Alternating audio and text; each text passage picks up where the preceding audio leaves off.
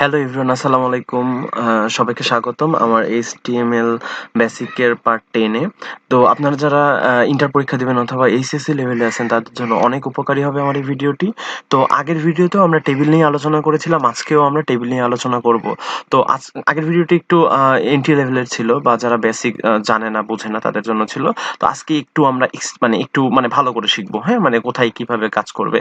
তো আমি বলেছিলাম এখানে যদি একটা রো হওয়ার কথা ছিল কিন্তু রো হয় নাই, এরকম অবস্থা যদি থাকে তাহলে রো স্প্যান হবে। কলাম হওয়ার কথা ছিল কিন্তু কলাম হয় নাই, তাহলে কল স্প্যান হবে। তাহলে একটু খেয়াল করে দেখেন তো, এখানে একটা রো হওয়ার কথা ছিল কিন্তু রো হয় নাই, এখানে একটা রো হওয়ার কথা ছিল কিন্তু রো হয় নাই। তার মানে এক্সটা কয়টা ঘর নিয়েছে? একটা, দুইটা, তিনটা। তার মানে এক্স এর রো স্প্যান হবে 3। তো আমরা একটু কোড করে দেখি, কোডে কেমন হবে। মানে আমরা এইরকম টেবিল আউটপুট পাওয়ার জন্যই আমাকে বলবে যে HTML কোড লিখো, তখন আমরা কিভাবে লিখবো একটু দেখবো। ও আচ্ছা, এইগুলো আপনাদের মাথা ব্যথার কোনো কারণ নেই, এগুলো ডিলিট করে দিলেও কোনো সমস্যা নাই, কাজ করবে। তো আমরা বডি থেকে যেহেতু আমরা টেবিল নিয়ে কাজ করতেছি, আমরা একটা টেবিল ওপেন করে নিই। টেবিলে আমরা একটা বর্ডার দিব, টেবিলে একটা বর্ডার দেব, টেবিল বর্ডার ইকুয়াল টু 1 দিয়ে দিলাম। আর একটা সেল প্যাডিং দিয়ে নিই। সেল প্যাডিং মানে সেলের আমার ভিতরের স্পেসগুলো, এই যে স্পেসগুলো কতখানি হবে এটার জন্য। তো সেল প্যাডিং আমি 20 দিয়ে নিলাম, একটু বড় করে দেখাবো, আপনারাও দিয়ে দিতে পারেন যে সেল প্যাডিং কত হবে। Sell padding equal to 20।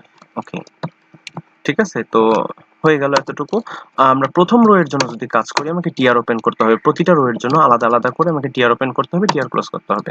তারপরে আমি একটা টিডি দিলাম, এই টেবিলের ডাটাটা বসাবো, এক্সটা আমি বসাবো। কিন্তু এখানে একটা দুইটা রো হওয়ার কথা ছিল কিন্তু রো হয় নাই। এখান থেকে যদি আপনি কল্পনা করেন দুইটা রো হওয়ার কথা ছিল কিন্তু রো হয় নাই, তার মানে এক্সটা তিনটা রো নিয়ে আছে। কিন্তু আপনি যদি দুইটা রো টানেন তাহলে ঘর কিন্তু তিনটা হবে, একটা, দুইটা, তিনটা। তার মানে আমি এখানে রো স্প্যান দিব, সরি, রো স্প্যান দিব, রো স্প্যান 3। আর ডাটাটা কি দিব আমার? এক্স, যেহেতু ডাটাটা আমার এক্স আছে আমি এক্স দিয়ে নিলাম। সেম ভাবে আমরা এখানে ওয়াই এর জন্য দিব, ওয়াই এর জন্য ওয়াই এর এখানেও কিন্তু সেম ব্যাপারটাই হয়েছে। তার মানে এখানে আমরা আবার রো স্প্যান দিব, রো স্প্যান 3, কারণ এও তিনটা ঘর নিয়ে আছে। আর লাস্টের রোটা দেখেন, লাস্টের রোটা ফাঁকা আছে। এখানে যদি আপনি কল্পনা করেন এটা আছে প্রথম রোতে, এটা আছে প্রথম রোতে, আর এই যে ঘরটা এটা প্রথম রোতেই চলে যাবে। তাহলে আমরা এখানে কি করব? টিডি ওপেন টিডি ক্লোজ, মানে এই আমি যদি টিডির ভিতরে কিছু না দেই তাহলে এটা ফাঁকাই থেকে যাবে। ঠিক আছে, আমার প্রথম রো এর কাজ শেষ। তারপর আমরা আবার টিআর ওপেন করব দ্বিতীয় রো এর জন্য। দ্বিতীয় রোতে আপনি যদি কল্পনা করেন এইটা প্রথম, মানে এই তো তিনটা রো নিয়ে আছে, আমি তো এটা প্রথমেই দিয়ে দিছি রো স্প্যান, এও তিনটা রো নিয়ে আছে, মানে প্রথমে দিয়েছি রো স্প্যান। তার মানে আমার দ্বিতীয় রোতে আছে শুধু এ, তার মানে আমি এখানে টিডি দিয়ে শুধু এ লিখবো। তারপর লাস্ট আরেকটা রো আছে আমার, থার্ড রো, এখানেও আমি একটা টিডি দিয়ে ফাঁকা ঘর দিব, শুধু টিডি দিয়ে, শুধু টিডি দিয়ে আমি ফাঁকা ঘর দিব। কারণ এই যে এই রোতে কিচ্ছু নাই, এই জন্য আমি বলে দিছি যে এক্সটা আমার প্রথম রোতেও আছে দ্বিতীয় রোতেও আছে, ওয়াইটা প্রথম রোতেও আছে দ্বিতীয় রোতেও আছে, এই যে স্প্যান করার কারণে বোঝা গেল। তাহলে এটা প্রথম রোতে আছে, এটা দ্বিতীয় রোতে, এটা তৃতীয় রোতে, দেখেন হয়ে গেছে সেই কাজটা। এখন লাস্টে আরেকটা রো আছে আমার জেড এর জন্য।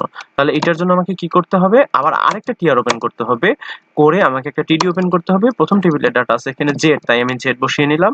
আর তারপরের ফাঁকা ঘরটা আছে টিডি দিয়ে ফাঁকা ঘর, মানে কিচ্ছু নাই এটাতে, এই যে এইটাতে। তো দেখেন এখানে কিন্তু একটা কলাম হওয়ার কথা ছিল কিন্তু কলাম হয় নাই। এইটার জন্য আমি এখানে কি লিখবো? এই ক্ষেত্র বিশেষে আমি এখানে লিখবো এখন কল স্প্যান ইকুয়াল টু 2।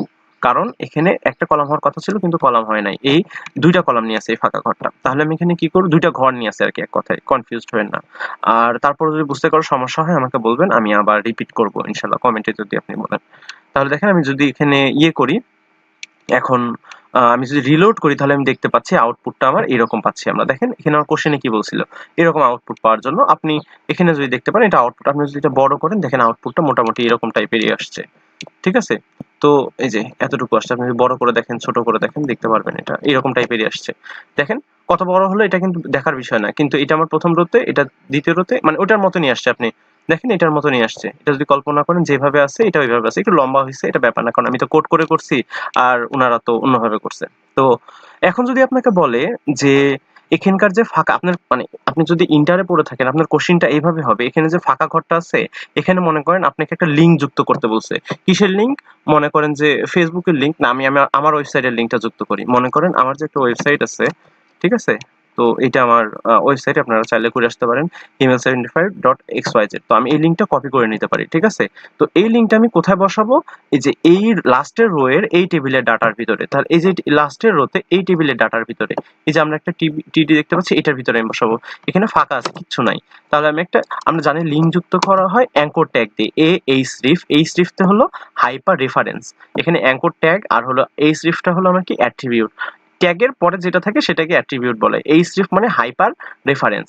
আর এই যে ফাঁকা দুইটা ডট আছে এই ঘরটাতে আমি লিঙ্কটা দিয়ে দিলাম, ঠিক আছে, আমি লিঙ্কটা দিয়ে দিলাম। এখন যদি আমি এই পেজটা রিলোড দিই, দেখেন এখানে কিছুই আসবে না, এই ফাঁকা ঘরটাতে কিছুই আসবে না। কারণ কি, আমি এই অ্যাঙ্কর ট্যাগটার মাঝখানে কিচ্ছু লিখে নাই। এখানে যদি আমি লিখি মাই ওয়েবসাইট,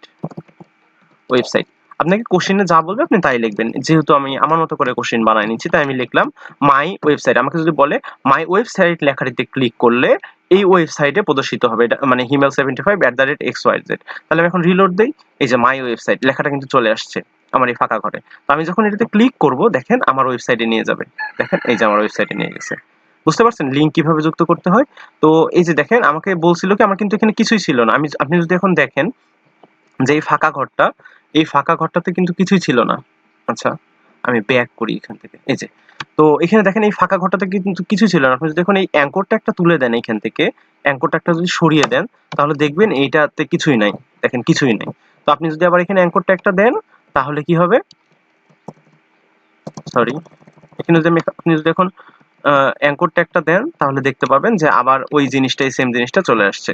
মানে মাই ওয়েবসাইট লেখাটাতে ক্লিক করলে কই নিয়ে যাবে আমাকে, এই লিংকে নিয়ে যাবে, ঠিক আছে। আপনি এখানে মাই ওয়েবসাইট না লিখে আপনি যদি ইউটিউবও লেখেন তাও কোনো সমস্যা নেই। মানে আপনি এখানে যা লিখবেন, মানে আপনাকে প্রশ্নে যা বলবে আপনি তাই লিখবেন, ঠিক আছে, ইউটিউব। কিন্তু এখানে কিন্তু ইউটিউবে চলে যাবে না, কারণ আমি লিংক এখানে কিন্তু ইউটিউবের যুক্ত করিনি। আমি যদি এখানে www.youtube.com লিখতাম, তাহলে আমাকে ওখানে নিয়ে যেত। যেহেতু আমি মানে দেখেন অ্যাঙ্কর ট্যাগের ওপেন, অ্যাঙ্কর ট্যাগ ক্লোজ, এর মাঝখানে যে লেখাটা থাকবে এটাই কিন্তু আউটপুট পাচ্ছি আমি। কিন্তু এই লেখাটাতে ক্লিক করলে ওই আমাকে আমার ওয়েবসাইটে নিয়ে যাবে। আপনি যেই লিঙ্ক দিবেন এখানে ডিপেন্ড করতেছে আপনি এইখানে রেফারেন্সে আপনি কিসের লিঙ্ক দিবেন, যেই লিঙ্ক দিবেন ওই লিঙ্কে নিয়ে যাবে। তো আপনি যদি এখন বলে যে এই ঘরটা আছে বা এই টেবিলের যে ডাটাটা আছে টিডিতে, এই টিডিতে আপনাকে একটা ছবি যুক্ত করতে বলছে, তাহলে আপনি কি করতে পারেন, এখানে আমরা জানি ছবি যুক্ত করতে হয় ইমেজ সোর্স দিয়ে, আর সোর্স দিয়ে মানে ছবিটার নাম, মনে করেন himail.jpg, এইভাবে আপনি একটা ছবি যুক্ত করতে পারেন। করলেই তাহলে কি হবে, himail.jpg নামের যে ছবিটা আছে এটা আপনার এই যে এই ফাঁকা এতটুকু ঘরে প্রদর্শিত হবে, ঠিক আছে। আশা করি সবাই বুঝতে পারছেন। তো টেবিল নিয়ে এখনো যদি কারো কনফিউশন মানে হয়ে থাকে, আপনারা আমাকে কমেন্টে জানাবেন, আর না জানলে অবশ্যই আমাকে বলবেন কোথায় বুঝতে পারেন নাই। আর এরপরে হয়তো টেবিল নেওয়ার কোনো ভিডিও বানাবো না, যদি আপনাদের কোনো রিকোয়েস্ট না থাকে, মানে আপনাদের যদি কারো সমস্যা থাকে তখনই মানে টেবিল নিয়ে ভিডিও বানাবো। তো আশা করি সবাই বুঝতে পারছেন। আজকের ভিডিও এতটুকুই থাকলো। আপনারা যদি নতুন হয়ে থাকেন আমার চ্যানেলটিতে সাবস্ক্রাইব করবেন। ধন্যবাদ এতক্ষণ আমার সাথে থাকার জন্য।